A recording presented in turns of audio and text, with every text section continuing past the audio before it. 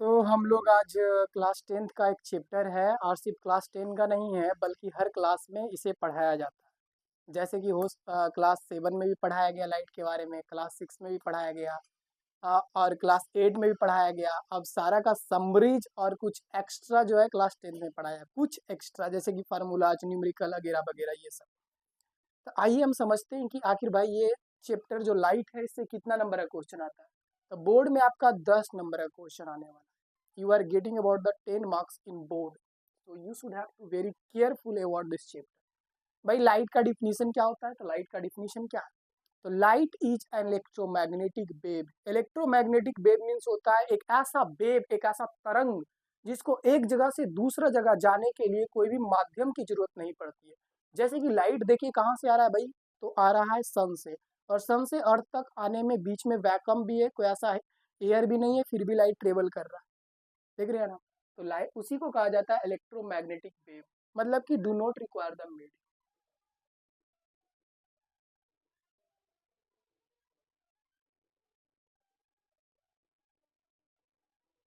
और क्या है भाई? तो light possess the energy. Light possess the energy means light is the form of energy. Light क्या है? एनर्जी का एक फॉर्म है।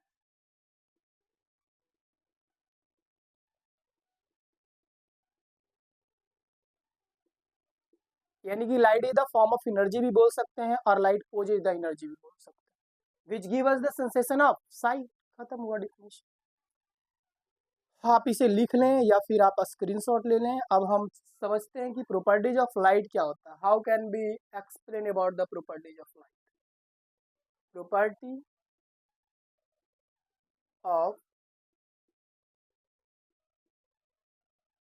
Property of light. तो प्रॉपर्टी ऑफ लाइट क्या है भाई? तो लाइट में कौन कौन से कैरेक्टरिस्टिक्स पाए जाते हैं, कौन कौन सा गुण होता है?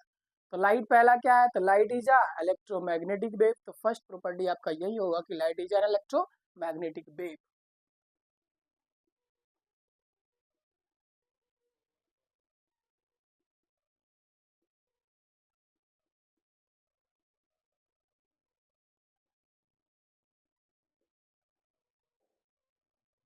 पहला ये हो गया।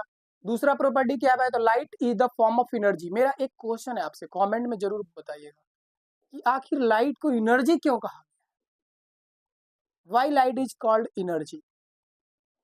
मैंने ये बता दिया कि light is an electromagnetic wave. Electromagnetic wave क्यों कहा जाता है? Because light do not require the medium to travel from one place to the another place. लेकिन मेरा ये क्वेश्चन है कि why light is called energy, why light is the form of energy, how can you define about it and how can you describe about it? दूसरा properties क्या है भाई? तो लाइट में एनर्जी होता है, तो light has energy. Light has energy.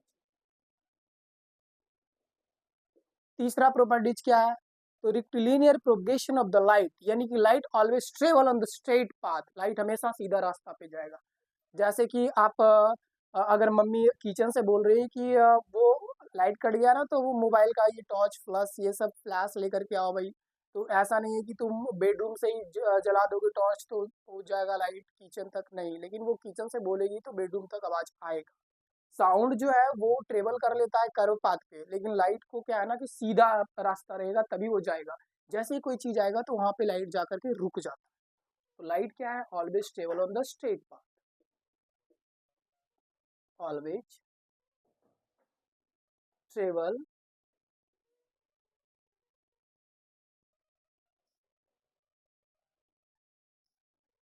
On straight path. Light हमेशा सीधा रास्ता पे चलता है, इसीलिए इसका दूसरा नाम है रेक्टिलिनियर प्रोग्रेशन ऑफ लाइट। तो लाइट का ये तीन प्रॉपर्टीज है जिसको आप याद रखिएगा। रेक्टिलिनियर आएगा कि what do you mean by rectilinear progression of the light, तो वहां पे क्या बताएंगे? Light has the property to travel always in the straight line, such type of the properties is called rectilinear progression of the light। इसका दूसरा नाम क्या है? रेक्टिलिनियर।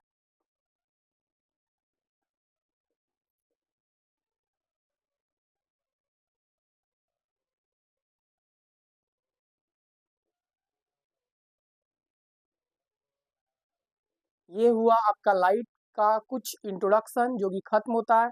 अब हमें समझना है इसका सेकंड टॉपिक जो कि बहुत ही इंपॉर्टेंट है, जिसका नाम है रिफ्लेक्शन ऑफ लाइट। तो इसे लिखिए और मैं अगला टॉपिक के बारे में डिस्कस करता हूँ।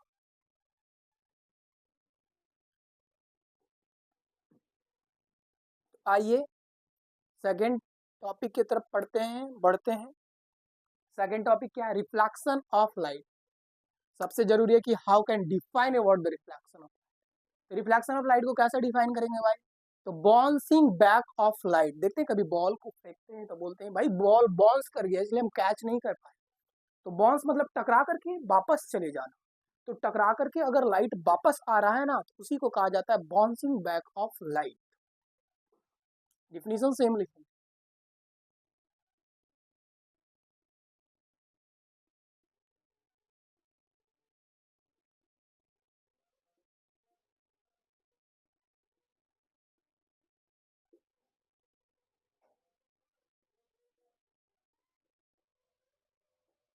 Bouncing back of light into same medium. Bouncing back of light into same medium is called reflection of light. यानी कि लाइट किसी भी सरफेस पे जब पड़ता है ना भाई तो वो टकरा के वापस आता है। कभी आप सोचे कि हमें कोई चीज दिखाई क्यों देता है? हमेशा कोई ना कोई चीज आपको दिखाई क्यों देता है? अभी आप जहाँ पे बैठे हुए हैं तो आपको चारों तरफ दिखाई क्यों दे रहा है? तो क्योंकि वहां से लाइट निकल रहा है। कहाँ से? बल्ब से, सोर्सेज ऑफ द लाइट से। वहां से लाइट निकलने के बाद यहाँ बोर्ड पे टकराया। अब बोर्ड पे टकराने के बाद हमारे आंखों में गया। यानी कि एयर से लाइट आ रहा था, एयर में ही वापस आया लेकिन हमारे आंख के अंदर आया। इस फेनोमिना ऑफ द लाइट को कहा जाता है रिफ्लेक्शन ऑफ द लाइट। अब जैसे कि मैं उसको एक डायग्राम, एक ड्रैग रे डायग्राम रिप्रेजेंट करता हूँ कि आखिर भाई ऐसा होता कैसे।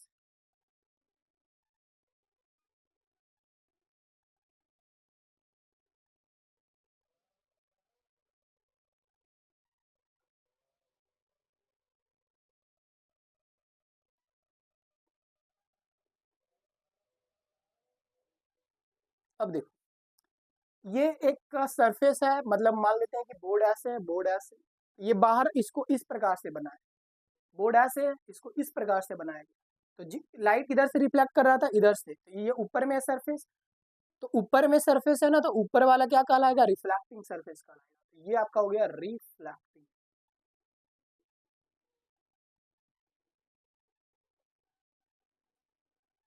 ये हो गया आपका रिफ्लेक्टिंग सरफेस। अब सेकंड क्या है भाई? तो सेकंड आपका आएगा ये वाला, बोर्ड ऐसे है, इसके पीछे वाला सरफेस क्या कहलाएगा? Non reflecting. और नॉन रिफ्लेक्टिंग को क्या कहा जाता है? नॉन रिफ्लेक्टिंग को कहा जाता है रफ सरफेस। तो हम बोल सकते हैं ये क्या है? Rough surface. लेकिन भाई जो लाइट रेज आ रहा है, आकर के किसी सरफेस पे पड़ रहा है, ये वाला लाइट रेज यहाँ से आ रहा है, मान लेते हैं कि यहाँ पे क्या है? सन। तो सन से जैसे ही लाइट रेज आएगा और सरफेस पे पड़ेगा तो पता है इस रेज को क्या कहा जाता है? इस रेज को कहा जाता है इंसिडेंट रेज। तो इसका नाम क्या? ये वाला आने वाला, आ करके सरफेस पे टकराना, तो आने वाला रेज क्या कहलाता है? इंसिडेंट रेज का।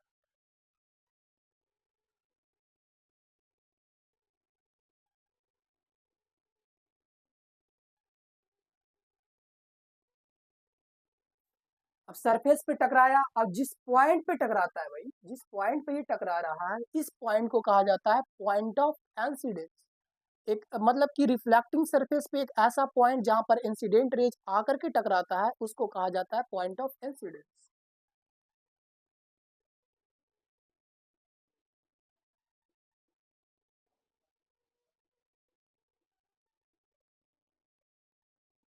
Point of incidence.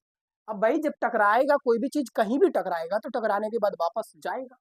ये वापस जाने वाला जो रेज है इसको कहा जाएगा रिफ्लेक्टेड रेज।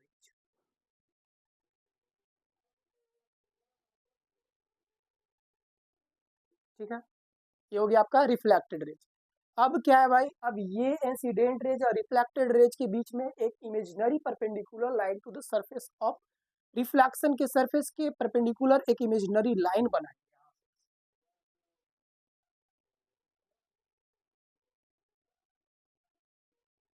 पता है ये परपेंडिकुलर लाइन को क्या कहा जाता है? नॉर्मल।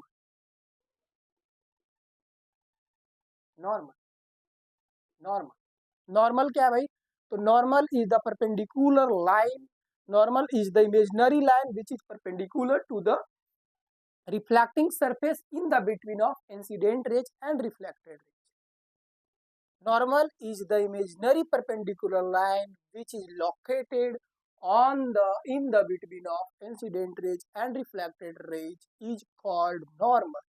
अब भाई नॉर्मल और इंसिडेंट रेज के बीच में यहाँ पे एंगल बना, इसको कहा जाता है आई। आई मीन्स क्या? Angle of incidence. तो एंगल ऑफ इंसिडेंस है क्या? तो एक ऐसा angle, the angle which is formed in the between of incident raise and normal, the angle which is formed in the between of incident raise and normal is called angle of incidence.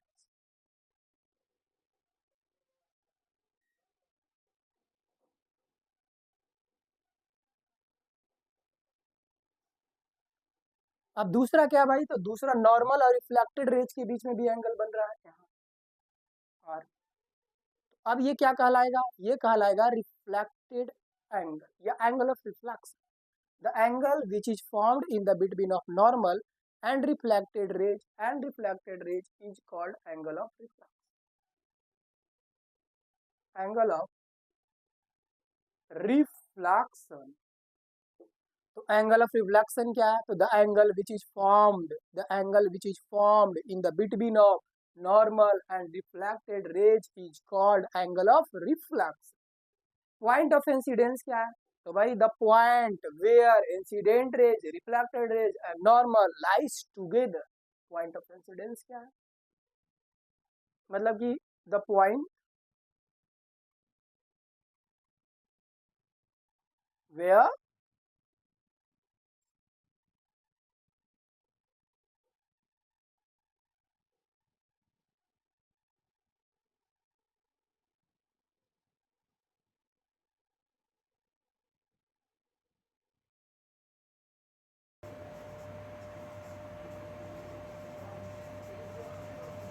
The point देखिएगा यहाँ पे, screenshot कर लीजिए। The point where incident rays, reflected rays and normal lies together is called point of incidence. ये था reflection, ये था reflection के कुछ टर्म। लेकिन जरूरी अभी यहाँ नहीं है भाई, जरूरी कहाँ क्या करना है भाई? तो पढ़ना है। इससे आगे एक टॉपिक है लॉज ऑफ रिफ्लेक्शन, जो कि आएगा बोर्ड में question. What do you mean by laws of reflection and how many laws of the reflection and describe about it. तो आपको डिस्क्राइब करने के लिए फिगर बनाना तो नेसेसरी है। अब लॉज कितना है? तो 2 लॉज है। पहला लॉज मैं इधर लिख रहा हूं,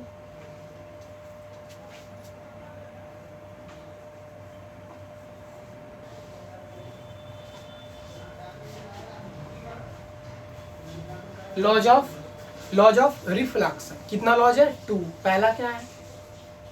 angle of incidence is equal to angle of reflection. Simple सा, ज्यादा लॉजिकली नहीं सोचना। Angle of incidence is equal to angle of reflection.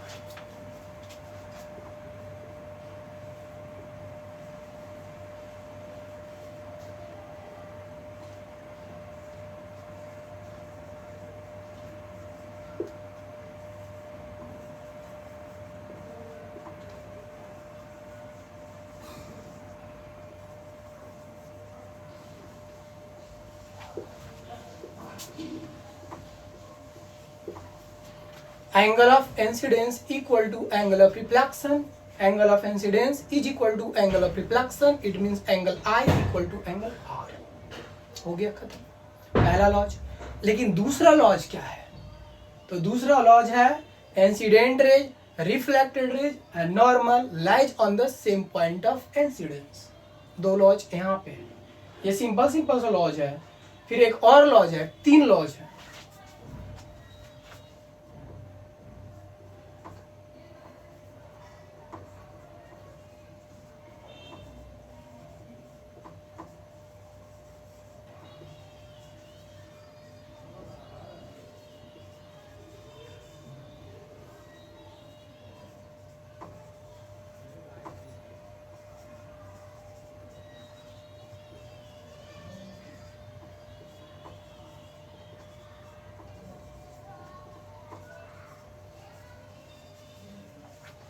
ये एंगल ऑफ ये sorry incident rays, reflected rays, incident rays, reflected rays, normal, incident rays, reflected rays, normal lies on the same point of incidence. दूसरा laws.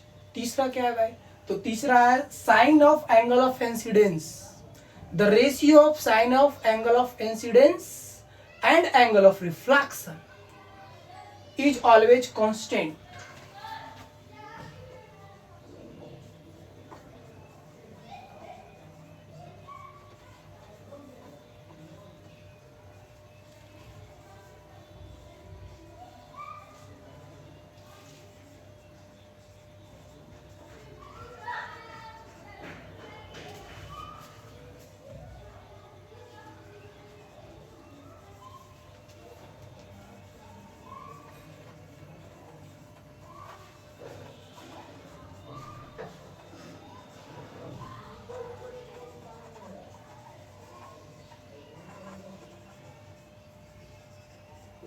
ये देखिए the ratio of sine of angle of incidence and sine of angle of reflection is always constant, ये class 10 के लिए। ठीक है, अब यहाँ पे क्या है, तो ये कैसे होगा भाई, तो यहाँ पे हम लिख सकते हैं sine i by sine r is equal to constant. और पता है बोर्ड में ये क्वेश्चन आता है कि what is a Snell law, और स्नेल लॉ यही है। स्नेल लॉ का क्या है, थर्ड वाला आप पूरा लाइन लिखिएगा। इसको क्या कहा जाता है, it is also called a Snell law, it is also called a Snell law. तो what is a Snell law, तो बोलना अ स्नेल लॉ डिफाइंड और the statement of a Snell law state that, बस ये first line ये जो ना, a Snell law state that the ratio of sine of angle of incidence and sine of angle of reflection is always constant. और उसके बाद लिखना है sine i by sine r is equal to constant, ये लिखना है।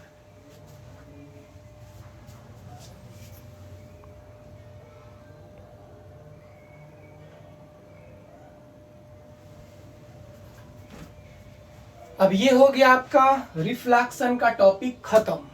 इतना ही reflection है और इतना ही रिफ्लेक्शन से क्वेश्चन आएगा।